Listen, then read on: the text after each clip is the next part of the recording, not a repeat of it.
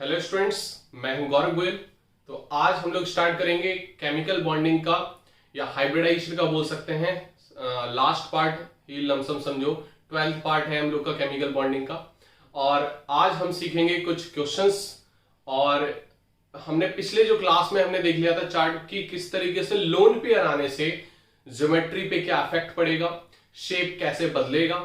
Shape में lone pair participate नहीं करता है, शेप में वो नहीं आता है क्योंकि लोन पेयर उस सेंट्रल एटम का इलेक्ट्रॉन होता है, वो इलेक्ट्रॉन पेयर होता है। तो इलेक्ट्रॉन्स एक एनर्जी है, वो कोई शेप नहीं देते हैं क्योंकि वो बॉन्ड नहीं बनाते हैं। जब तक ओवरलैपिंग नहीं होगी तब तक बॉन्ड जब तक दिखेगा नहीं तब तक ज्योमेट्री नहीं आएगी, मतलब शेप में वो पार्टिसिपेट नहीं करेगा। इतनी सी बात आपको समझनी थी। अब हम देखेंगे कि आज हम बेसिकली कवर करेंगे कि चार्ज जो पार्टिकल्स हैं या आयंस हैं उसमें हाइब्रिडाइजेशन के लिए हम क्या फॉर्मूला लगाएंगे और किस तरीके से चीजें देखेंगे।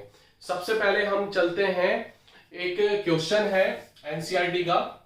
जैसे हम बात करें बोरेन की, है ना, बोरेन हमारा BH3 है, ठीक है, और NH3 है।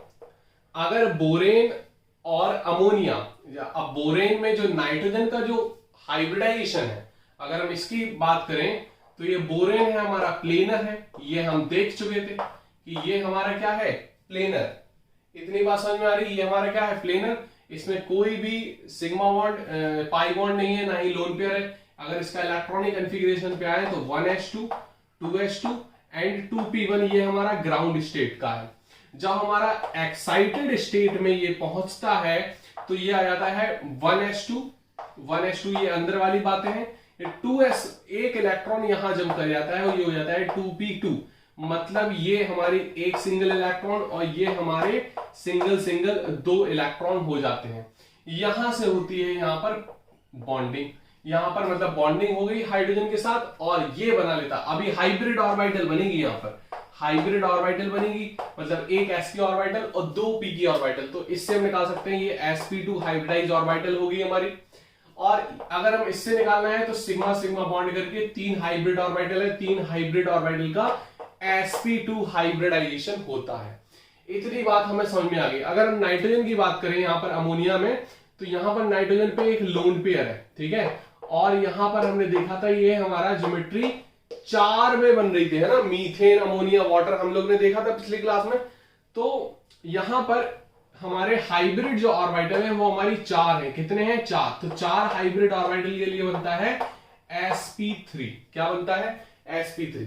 लेकिन पूछा ये गया है कि इन दोनों की कॉम्बिनेशन से जब ये होता है BH3 NH3 बनता है, तब हमारा बोरेन का हाइब्रिडाइजेशन क्या होगा, मतलब बोरोन का हाइब्रिडाइजेशन क्या होगा। यहां पर अगर हम यहां पर बात करें तो ये अमोनिया का जो लोन पेयर है ये वैकेंट ऑर्बिटल में दे देता है बोरॉन की, बोरेन के बोरॉन में दे देता है। देखो इसकी ऑर्बिटल एक खाली है ना, यहां पर जो नाइट्रोजन का लोन पेयर है यहां पर आ जाता है, ठीक है। इसको बोलते हैं कोऑर्डिनेट बॉन्ड। क्या बोलते हैं, कोऑर्डिनेट बॉन्ड। ये कोऑर्डिनेट बॉन्ड बन जाता है। अब अगर ये बन गया तो फिर बोरोन की क्या हाइब्रिडाइजेशन होगी। तो अगर ये बन गया, ठीक है, बेसिकली जो ये बॉन्ड होता है ये होता है सेमी कोवेलेंट बॉन्ड। तो कोवेलेंट बॉन्ड जो इलेक्ट्रॉन होता है वो दोनों एटम का होता है ना, दोनों एटम का होता है। तो यहां पर जो इलेक्ट्रॉन पेयर है ये दोनों का है, और यहां पर अगर ये इलेक्ट्रॉन आ गया, इलेक्ट्रॉन पेयर आ गया, तो ये भी काउंट हो जाएगी। तो ये क्या हो जाएगा, sp3। क्या हो जाएगा, ये sp3। तो बोरेन का जो हाइब्रिडाइजेशन है वो sp2 से sp3 में कन्वर्ट हो जाता है। sp2 से sp3 में बोरोन का जो हाइब्रिडाइजेशन है वो कन्वर्ट हो जाता है sp2 से sp3 में, जब अमोनिया इसको लोन पेयर दे देता है और ये हमारा क्या क्या बना लेता है, कोऑर्डिनेट बॉन्ड बना लेता है। ये हमें देखना है, ये कन्वर्टेबल हो जाता। लेकिन अब ये क्वेश्चन पूछा जाएगा कि नाइट्रोजन का जो लोन पेयर गया, क्या उसके बेसिस पे नाइट्रोजन परमानेंट के लिए तो गया नहीं वो, अब ये इसके बेसिस पे क्या नाइट्रोजन की हाइब्रिडाइजेशन चेंज होगी, बिल्कुल भी नहीं होगी, क्योंकि ये हमारा सेमी कोवेलेंट बॉन्ड होता है। तो ये चला तो गया है इसके पास, ठीक है, लेकिन है इसी का, ठीक है इसी का। तो हाइब्रिडाइजेशन बोरॉन की हाइब्रिडाइजेशन हमारी ये हो जाएगी और जो नाइट्रोजन की हाइब्रिडाइजेशन है वो sp3 रहेगी। नो चेंज, नो चेंज, इतनी बात आपको याद रखनी है, नो चेंज। क्लियर, समझ में आ रही बात? नो चेंज, क्लियर, इतनी बात ये क्वेश्चन आपका था, इसको फटाफट आप नोट कर सकते हो। अब हम देखेंगे यहां पर, अब हम एक और क्वेश्चन यहां पर डिस्कस करते हैं।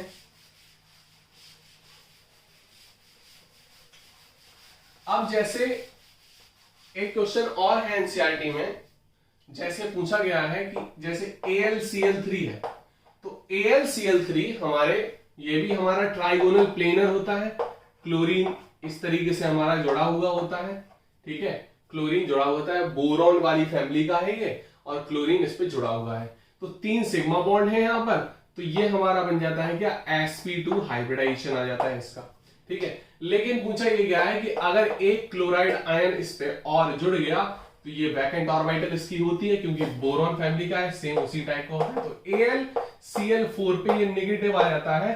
तो अब इसकी Al की हाइब्रिडाइजेशन क्या होगी, यहां पर तो sp2 है, यहां पर क्या है sp2, यहां पर क्या हो जाएगी, तो देखो अगर हम बात करें एल्यूमिनियम का इलेक्ट्रॉनिक कॉन्फ़िगरेशन देखें तो 1s2 2s2 2p6 3s2 और 3p1 ये हो जाता है हमारा ये, तो 3s2 ये हमारा पेयर्ड है, ये हमारा एक इलेक्ट्रॉन होता है, लेकिन ये जंप कर जाता है एक्साइटेड स्टेट में, तो इस तरीके से जाता है, ये एक्साइटेड स्टेट की कहानी। लेकिन एक वैकेंट ऑर्बिटल होती है, यहां पर क्लोरीन इस वैकेंट ऑर्बिटल पे क्या दे देता है, अपने चार्ज देता है, मतलब पेयर ऑफ इलेक्ट्रॉन दे देता है, तो यहां पर ये भी पार्टिसिपेट कर जाती है हाइब्रिडाइजेशन में। तो जो हाइब्रिडाइजेशन में पार्टिसिपेट जब कर जाती है, क्लोरीन जब इस पे दे देता है, तब ये 4 हाइब्रिड ऑर्बिटल हो जाती हैं। समझ में आ रही बात कि नहीं? 4 हाइब्रिड ऑर्बिटल हो जाती हैं और ये बन जाता है टेट्राहेड्रल स्ट्रक्चर। क्या बन जाता है? Tetrahedral structure. इतनी बात समझ में आ रही? बोलो, इतनी बात समझ में आ रही कि नहीं आ रही? क्लियर है बात? अब ये बन गया तो इसका हाइब्रिडाइजेशन क्या हो गया? क्या हो गया? ये sp3 क्या हो गया? ये sp3, sp2 से क्या हो जाएगा? sp3। इतनी बात समझ में आ रही? इस तरीके से हम देखेंगे यहां पर कि किस तरीके से चेंज होता है हाइब्रिडाइजेशन में। हाइब्रिडाइजेशन का चेंज भी देख सकते हैं during a reaction of an element. Clear? हटा दें इसको, समझ में आ गया होगा सारा कुछ। अब देखो, हम आते हैं ऐसे पार्ट पे जैसे हमारा आयनिक स्पीसीज में हम हाइब्रिडाइजेशन कैसे निकालें, क्योंकि जो हमने फॉर्मूला पहले पढ़ा है वो number of sigma bond plus number of lone pair का, उसमें कोई चार्ज स्पीसीज का नहीं है। For charged species, for charged species hybridisation, charge species को हम क्या लिख सकते हैं? आईएस भी लिख सकते हैं। ठीक है, तो अब हम देखेंगे इसका फॉर्मूला। फॉर्मूला क्या है इसका? सिंपल सा फॉर्मूला है, हम निकालेंगे हाइब्रिड ऑर्बिटल। हाइब्रिड ऑर्बिटल, तो हाइब्रिड ऑर्बिटल्स जो होंगी वो हाफ कर दोगे आप किसका? V प्लस एम प्लस ए माइनस सी, V प्लस एम प्लस ए माइनस सी। अब V क्या है यहां पर? Valence electron. V क्या है? Valence electron of an atom. इतनी बात समझ में आई? M क्या है? M क्या है? Monovalent atom. मोनोवैलेंट एटम मतलब एक वैलेंसी वाला एटम। मोनोवैलेंट एटम जो अटैच होगा, जिसका हम हाइब्रिडाइजेशन निकाल रहे हैं। A क्या है हमारा? Anionic charge. A क्या है हमारा? Anionic charge. और C क्या है हमारा? Cationic charge. C क्या है? कैटायनिक मतलब plus charge, cationic charge. Clear? इतनी बात समझ में आ रही? क्लियर हो रही? अब जैसे हम एग्जांपल ले लें, सिंपल सा एग्जांपल है NH4 प्लस, NH4 प्लस। अब इसका हाइब्रिडाइजेशन हमें निकालना है, इसका हाइब्रिडाइजेशन निकालना है। तो कैसे निकालोगे आप? हाफ हाइब्रिड ऑर्बिटल आप निकालोगे तो हाइब्रिडाइजेशन तो निकाल ही लोगे। तो नाइट्रोजन हमारा कितना होता है? वैलेंस इलेक्ट्रॉन कितने होते हैं? 2,5 होता है ना, तो 2,5 5 हो गया हमारा, प्लस मोनोवैलेंट एटम कितने हैं बोलो, 4 है, 4। क्लियर हुई बात की नहीं? कैटायनिक चार्ज आप क्या करोगे, माइनस। देखो एनायनिक चार्ज तो 0 है, कैटायनिक चार्ज आप क्या करोगे, माइनस। तो 4 प्लस 5 9, 9 माइनस 1 8, 8/2 कितना हो गया, 4। 4 का मतलब हाइब्रिडाइजेशन कितनी होगी, sp3 हाइब्रिडाइजेशन होगी इसकी। कितनी होगी, sp3 हाइब्रिडाइजेशन। इतनी बात समझ में आ रही है आपको? जैसे अभी हमने एक और एग्जांपल लिया था, AlCl4 नेगेटिव। इतनी बात समझ में आ रही थी? तो AlCl4 में देखो हाफ V कितना है, वैलेंस इलेक्ट्रॉन 2,8,3 होता है, तो 3 हमने वैलेंस इलेक्ट्रॉन कर लिया। और यहां पर 4 हमारे क्या बनेंगे बोलो, 4 हमारे क्या बन रहे हैं, सिग्मा बॉन्ड। 4 सिग्मा बॉन्ड मतलब 4 मोनोवैलेंट एटम, तो मोनोवैलेंट होता है क्लोरीन।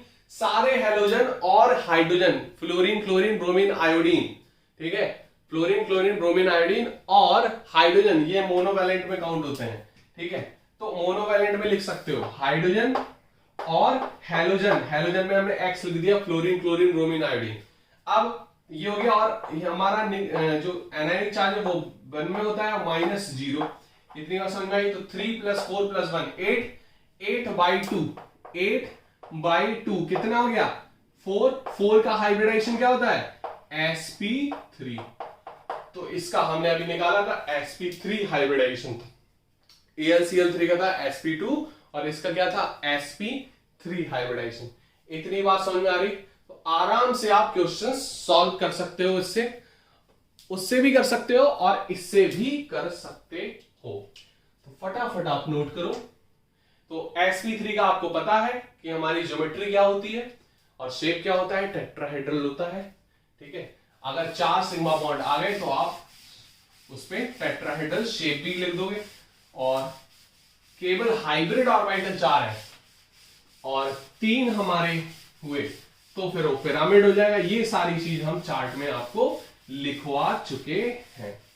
इतनी बात समझ में आ गई होगी आपको, इतनी बात आपको समझ में आ गई होगी। अगर यहीं पर हम बात करें, एग्जांपल और लेते हैं, ClO4 नेगेटिव। ClO4 नेगेटिव, तो ClO4 नेगेटिव को हम हाइब्रिड ऑर्बिटल निकालें। तो हाइब्रिड, ये हाइब्रिड ऑर्बिटल है, H को हाइड्रोजन मत कर देना, तुम लोग का कुछ भरोसा नहीं है, कुछ भी कर सकते हो, इसीलिए हमें पूरा डिटेल में लिखना पड़ता है। तो ये half V + M + A -C है ना। तो इसको क्या करोगे आप, हाफ कर दोगे। वैलेंस इलेक्ट्रॉन कितने होते हैं क्लोरीन में, 7 होते हैं, आपको पता है। प्लस मोनोवैलेंट एटम ऑक्सीजन है नहीं, इसको कर दोगे आप 0। प्लस एनायनिक चार्ज 1 है, कैटायनिक चार्ज 1 भी नहीं है, 0 कर दोगे। तो 7 + 1 कितने हो गए, 8। 8/2 कितने होगा, 4। कितना हो जाएगा, 4। 4 का हाइब्रिडाइजेशन क्या होता है, sp3 हाइब्रिडाइजेशन होता है, sp3। देखो अगर इसमें देखना है तो आप स्ट्रक्चर भी देख सकते हो, O negative, double bond O, double bond O और double bond O। 4 sigma bond बनेंगे इसमें। कितने बनेंगे, 4 सिग्मा बॉन्ड। क्लियर? ये क्या बन गया हमारा, टेट्राहेड्रल स्ट्रक्चर बन गया। टेट्राहेड्रल स्ट्रक्चर बन गया, बोलो क्या बन गया, टेट्राहेड्रल स्ट्रक्चर बन गया। इतनी बात समझ में आ रही है आपको कि नहीं आ रही, बोलो इतनी बात समझ में आ रही कि नहीं आ रही? समझ में आ गई होगी। क्या बन गए, टेट्राहेड्रल स्ट्रक्चर। क्लियर? टेट्राहेड्रल का स्ट्रक्चर का जो बॉन्ड एंगल होता है कितना होता है, 109। कितना होता है, 109 डिग्री 28 मिनट। क्लियर? फटाफट आप नोट करो, फटाफट। समझ में आ रही बात की नहीं आ रही? इतनी बात तो समझ में आ गई होगी, ठीक है। अब हम आगे बढ़ते हैं, एक दो क्वेश्चंस और देखते हैं, क्योंकि इससे ये जो फॉर्मूला है इससे हम सारे क्वेश्चंस लगा सकते हैं, सारे क्वेश्चंस लगा सकते हैं अगर ये फॉर्मूला आपको पता है। कोई भी क्वेश्चन ले लो। अगर हम बात कर लें CH4 की, जो हमने सबसे पहले निकाला था, तो इसको देख लो। देखो आप लगाओगे, हाइब्रिड ऑर्बिटल है तो V + M + A - C, ये आप कर लोगे। तो हाइब्रिड ऑर्बिटल हाफ, ये बैलेंस इलेक्ट्रॉन कितने होते हैं कार्बन में 4, प्लस 4 मोनोवैलेंट एटम है, प्लस A 0 है और C भी 0 होता है। न्यूट्रल एटम की बात कर रहे हैं, 4 + 4 8, 8/2 हमारा कितना हो गया 4 मतलब sp3 हाइब्रिडाइजेशन हो जाएगी। इतनी बात समझ में आ रही? तो इजी है, बहुत इजी है, बहुत आराम से कर सकते हो इसको। इतनी बात समझ में आ रही कि नहीं आ रही? फटाफट आप नोट करते जाओ और क्वेश्चंस करते जाओ। क्लियर? अब अगर हम, तो यहां पर अगर हम एक एग्जांपल देखें I3 नेगेटिव का, I3 नेगेटिव में देखो हम कैसे निकालेंगे इसमें हाइब्रिड ऑर्बिटल। हाइब्रिड ऑर्बिटल में बात कर ले HO, तो अब देखो हमें हाफ V बैलेंस इलेक्ट्रॉन कितने होते हैं आयोडीन में, सभी में 7 होते हैं हैलोजेंस में, प्लस मोनोवैलेंट एटम कितने हैं, मोनोवैलेंट एटम बता सकते हो इसमें, मोनोवैलेंट एटम कितने हैं 2 जुड़े हैं, तो क्या हो जाएगा 2, प्लस एनायनिक चार्ज 1 प्लस -0, तो आप क्या करोगे 7 + 2 9 + 10 कितना हो गया 10/2, तो कितना हो गया ये S5 हो गई ना हाइब्रिड ऑर्बिटल 5, तो क्या करोगे 5 के लिए क्या होता है sp3d, क्या हो जाएगा sp3d। इस तरीके से चीजें आप निकालोगे कि कैसे हमारा आएगा। समझ में आ रही बात कि नहीं आ रही? तो इस तरीके से चीजें आप निकालोगे तो sp3d आ जाएगा यहां पर। क्लियर? बहुत इजी है, बहुत सिंपल है, कोई दिक्कत की बात नहीं है यहां पर। क्लियर? देखो सबसे इंपॉर्टेंट चीज है कि आपको देखो, अब हाइब्रिडाइजेशन में शायद दिक्कत नहीं होने वाली, हाइब्रिडाइजेशन में आप लोगों को दिक्कत होने नहीं वाली, लेकिन आपको कुछ चीजें प्रैक्टिस करनी पड़ेगी। अगर आपको स्ट्रक्चर बनाने आ रहे हैं धीरे धीरे तो वो वेल एंड गुड है, फिर वेल एंड गुड, क्योंकि आप फिर 2-3 तरीके से आप बता सकते हो एग्जामिनर को, आप कॉपी में 2-3 तरीके से निकाल सकते हो। क्लियर? और जिस तरीके से मैंने आपको लाइव सेशन में भी बताया था कि 2-3 तरीके से आप हाइब्रिडाइजेशन को निकाल सकते हो। जो आपको ज्यादा तरीके पता होते हैं वहां कंफ्यूजन नहीं, मतलब वो कॉन्फिडेंस बिल्डअप करता है। तो अगर आपको एक ही मेथड से लेकर चलना है तो आप ये फॉर्मूला सबसे बेस्ट है हाइब्रिड ऑर्बिटल के लिए, half plus v plus half is equals to, आप मल्टीप्लाई में करोगे v + m + a - c। Simple सी चीज है। अब अगर हम एक और 2 एग्जांपल ले लें, 1-2 एग्जांपल और ले लें, तब भी आप कर सकते हो। जैसे हमने बात कर ली CH3 नेगेटिव की, ठीक है, NH2 नेगेटिव की, NH2 नेगेटिव की, ठीक है, ये कुछ एग्जांपल है जो आप इससे कर सकते हो। ठीक है, ये 2 सिंपल से एग्जांपल लेते हैं। देखो अगर हम इसकी बात करें तो यहां पर आप क्या करोगे, half v + m + a - c से, हाइब्रिड ऑर्बिटल से। देखो यहां पर हाफ v बैलेंस इलेक्ट्रॉन कितने होते हैं 4 होते हैं, आपको पता है, मोनोवैलेंट एटम 3 है, प्लस एनायनिक चार्ज 1 है -c, तो आप क्या कर दोगे मतलब 0, तो क्या कर दोगे यहां पर 8 हो गया, 8/2 मतलब 8/2 का मतलब 4 हाइब्रिड ऑर्बिटल मतलब क्या हो गया sp3। यहीं पर अगर हम केस डाल दें CH3 प्लस का, यहां पर ये केस डाल दें, तो यहां पर आप क्या करोगे हाइब्रिड ऑर्बिटल के लिए, देखो हाइब्रिड ऑर्बिटल के लिए हाफ वैलेंस इलेक्ट्रॉन कितने हैं 4, प्लस आप क्या करोगे मोनोवैलेंट एटम 3 प्लस 0 है और -1, ठीक है, तो 4 + 3 7 -1 मतलब 6/2 मतलब 3 का मतलब sp2, मतलब जो प्लस वाला होता है यहां पर CH3 प्लस, ये sp2 कार्बन होता है और ये वाला नेगेटिव वाला sp3 कार्बन होता है। इतनी बात आपको समझ में आ जानी चाहिए। अगर हम NH2 नेगेटिव की बात करें यहां पर हाइब्रिड ऑर्बिटल निकालें तो हाफ v बैलेंस इलेक्ट्रॉन कितने हैं यहां पर 5 प्लस 2 हमारे क्या हो गए मोनोवैलेंट एटम, प्लस का 1 -0, इतनी सी बात आपको समझनी है। तो 4 ये 8 हो गए, 8/2 कितना हो गया 4 मतलब sp3 हाइब्रिडाइजेशन। तो मतलब NH2 नेगेटिव हो या फिर NH4 जो अभी हमने निकाला NH4 प्लस, कोई भी चीज हो ये हम आराम से sp3 हाइब्रिडाइजेशन ही आएगी। समझ में आ रही? एक बार और रीचेक कर लेते हैं। तो 5 balance electron 2 monovalent atom plus 1, NH4 का भी मैं बता चुका था, NH4 का देख सकते हो अभी, देखो हाफ बैलेंस इलेक्ट्रॉन कितने हैं 5 होते हैं और 4 हमारे क्या हो गए ये हाइड्रोजन और प्लस 0 है और -1, ठीक है। तो 5 प्लस वो 9 -1 कितने हो गए 8, 8/2 कितना हो गया 4, 4 का मतलब sp3। तो मतलब NH4 प्लस हो या NH2 नेगेटिव हो, ये दोनों के दोनों क्या होते हैं sp3 हाइब्रिडाइज्ड होते हैं, sp3 हाइब्रिडाइज्ड। लेकिन यहां पर केस ऐसा नहीं है। इतनी बात समझ में आ रही है आपको, इतनी बात इजी लग रही है आपको, तो फटाफट आप नोट कर सकते हो। अब हम आगे देखते हैं, अब हम आगे देखते हैं।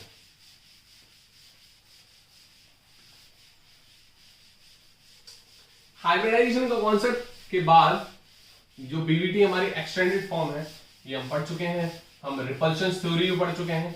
लेकिन यहां पर फिर एक कॉन्सेप्ट आ जाता है, क्या, किस चीज का concept, molecular orbital theory, MOT पढ़ते हैं फिर इसके बाद। तो जो नेक्स्ट लेक्चर होगा उसमें हम एमओटी पे जाएंगे, मॉलिक्यूलर ऑर्बिटल थ्योरी, मतलब किस तरीके से एटॉमिक ऑर्बिटल कंबाइन होकर मॉलिक्यूल की ऑर्बिटल बनाती हैं और किस तरीके से वो, फिर हम देखेंगे किस तरीके से वो काम करती है, वो थ्योरी क्या बताती है, क्या स्पेशलाइजेशन है उस थ्योरी में। अब हम देखते हैं कुछ रेजोनेंस का डाउट्स थे कि रेजोनेंस आपको समझना था, रेजोनेंस बेसिकली होता क्या है। देखो रेजोनेंस में आपको बता चुका था कि जब हम बॉन्ड पैरामीटर्स पढ़ रहे थे तो बॉन्ड पैरामीटर्स पे रेजोनेंस का इफेक्ट क्या है। देखो अगर हम सिंपली सी बात करें हाइड्रोकार्बन में, तो हाइड्रोकार्बन जो हमारा होता है CH3, C, हम केवल कार्बन कार्बन अगर ले लें तो यहां पर आप बैलेंस कर लेना, ठीक है। तो इधर देखो हम सिंपल सीधे सीधे वाले ले ले रहे हैं, बीच में हम हाइड्रोजन बैलेंस नहीं कर रहे। अब ये डबल बॉन्ड, ठीक है। अब यहां पर सिंगल डबल मतलब कंजुगेशन होना चाहिए। रेजोनेंस के लिए मस्ट कंडीशन है कि कंजुगेशन होना ही होना चाहिए। अब कंजुगेशन वो कितने टाइप्स के हो सकते हैं, एक तो देखो सिंगल डबल ये टाइप का कंजुगेशन होना चाहिए, या फिर लोन पेयर मिल जाए फिर सिंगल डबल इस टाइप का कंजुगेशन हो जाए, या फिर नेगेटिव चार्ज मिल जाए, ये नेगेटिव चार्ज है, फिर सिंगल डबल इस टाइप का हो जाए, या फिर प्लस चार्ज मिल जाए फिर सिंगल डबल हो जाए, तब भी हम ले सकते हैं कंजुगेशन। ये हमारे टाइप ऑफ कंजुगेशन है। अगर यहीं पर अगर हम बात करें कि NO3 नेगेटिव में कैसे हम देखेंगे हाइब्रिड, कैसे हम इसके निकालेंगे स्ट्रक्चर, तो यहां पर ये इस तरीके से चीजें आ जाती हैं। ये हमारा लोन पेयर होता है, ठीक है। तो यहां पर ये नेगेटिव होता है। अब यहां पर क्या है, नेगेटिव सिंगल डबल, ये वाला केस बन गया नेगेटिव सिंगल डबल। अगर ये बन रहा है तो यहां पर आप देख सकते हो कि ये हमारा इस तरीके से माइग्रेट करेगा, ठीक है, और ये इस तरीके से माइग्रेट करेगा, तो बन क्या जाएगा ये हमारा, यहां पर ये डबल बॉन्ड बन जाएगा और यहां पर ये नेगेटिव बन जाएगा, ये हमारा लोन पेयर है ही। तो बेसिकली इसका हाइब्रिड स्ट्रक्चर बनेगा क्या, अगर हम हाइब्रिड स्ट्रक्चर की बात करें तो हाइब्रिड स्ट्रक्चर बनेगा, ये तो लोन पेयर ये है, ये हमारा O, ये हमारा O, ये O है, तो ये इस तरीके से ये डॉट डॉट डॉट करके इस तरीके से चीजें, ये हाइब्रिड स्ट्रक्चर बन जाएगा ऐसा, ठीक है। मतलब ये जो नेगेटिव है और नेगेटिव सिंगल डबल में ये हमारा बनेगा। क्लियर हो रही बात नहीं, क्योंकि ये मोबाइल इलेक्ट्रॉन्स होते हैं, ये मूव कर सकते हैं। क्लियर, इसको फटाफट आप नोट कर सकते हो। क्लियर, समझ में आ रही बात की नहीं, समझ में आ गई होगी। तो इजी है सारी चीजें, आपको कोई दिक्कत नहीं होगी। अब कि रेजोनेंस में और भी चीजों में अगर कोई डाउट हो तो आप तुरंत पूछ लेना, कमेंट सेक्शन पे आप डाल देना और वहां पे आप पूछ सकते हैं। यहां पर एक हम क्वेश्चन डिस्कस करते हैं, which of the following is iso structural. Iso का मतलब मैंने आपको बताया था, आइसो का मतलब होता है सेम। तो यहां पर इस टाइप के क्वेश्चन आ सकते हैं कि सेम स्ट्रक्चर इन चारों में से किस किसके हैं। अगर हम बात करें यहां पर, ये हम देख चुके थे, हम हाइब्रिडाइजेशन से बिल्कुल निकाल सकते हैं। तो इसका मैंने अभी अभी आपको निकाला था, तो इसका हाइब्रिडाइजेशन निकाला था sp3 और इसका क्या निकला था sp2। तो sp2 का आपको पता है ट्राइगोनल प्लेनर होता है, sp3 का आपको पता है कि टेट्राहेड्रल होता है। ये दोनों आप निकाल ले। अगर इनकी हाइब्रिडाइजेशन अलग अलग आ गई, समझो स्ट्रक्चर इनका अलग अलग है, मतलब सेम स्ट्रक्चर के नहीं है। अगर हम इसकी बात करें सल्फेट आयन की, तो सल्फेट आयन की आपको मैंने लाइव सेशन में शायद बताया था, सल्फेट आयन का। तो ये नेगेटिव, ये डबल बॉन्ड O, यही तो था स्ट्रक्चर। यहां पर सिग्मा बॉन्ड आप जोड़ सकते हो, 4 सिग्मा बॉन्ड है, मतलब यहां पर sp3 हाइब्रिडाइजेशन है। और बोरॉन की यहां तो ट्राइगोनल प्लेनर है, ये तो आपको पता ही है, ये ट्राइगोनल प्लेनर होता है।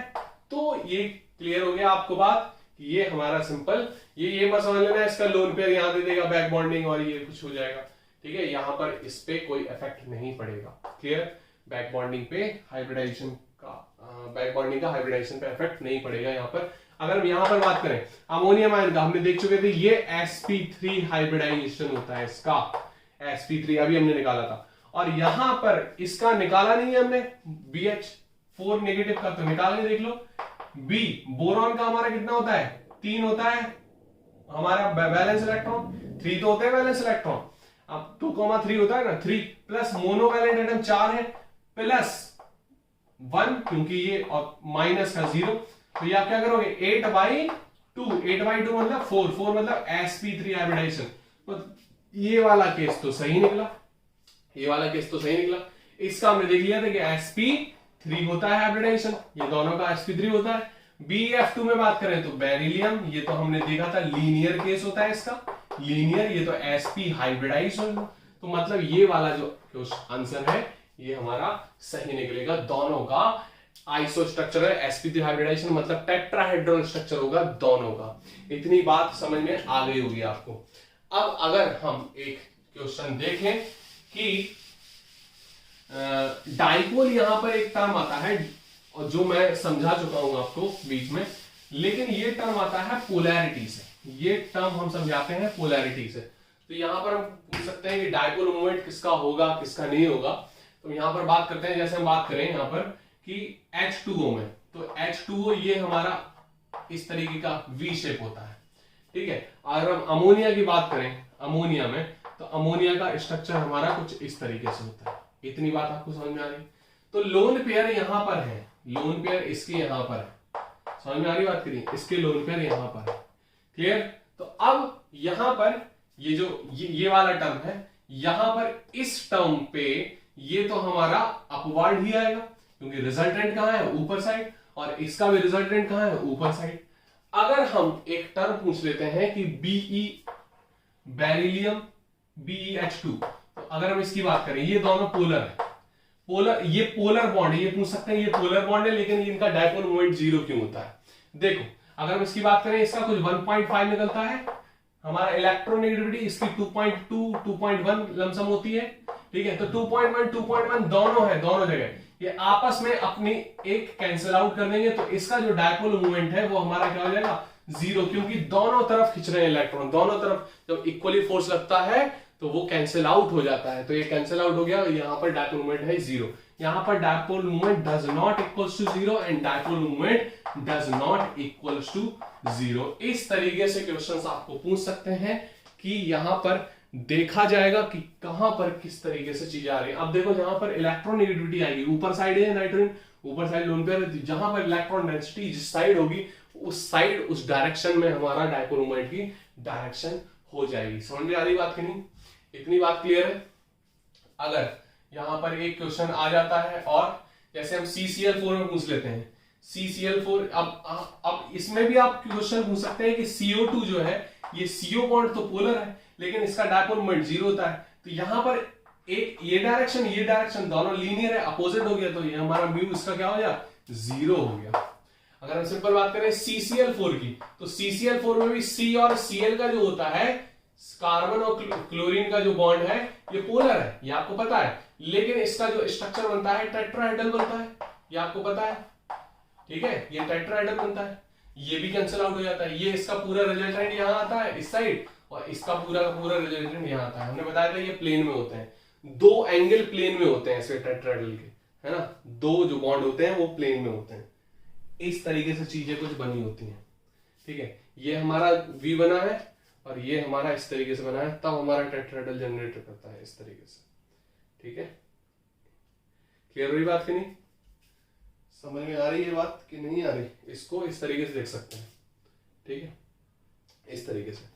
हम आपको बता भी सकते हैं, जैसे ये कार्बन है तो एक तो ये प्लेन हो गया, ठीक है, और एक ये प्लेन हो गया, तो इसका प्लेन का यहां पर आ रहा और इसका प्लेन का यहां पर आ रहा और दोनों कैंसिल आउट हो गए। इस तरीके से चीजें हम निकाल लेते हैं और यहाँ पर जो डायपोल मोमेंट है वो हमारा इन लोग का 0 हो जाता है।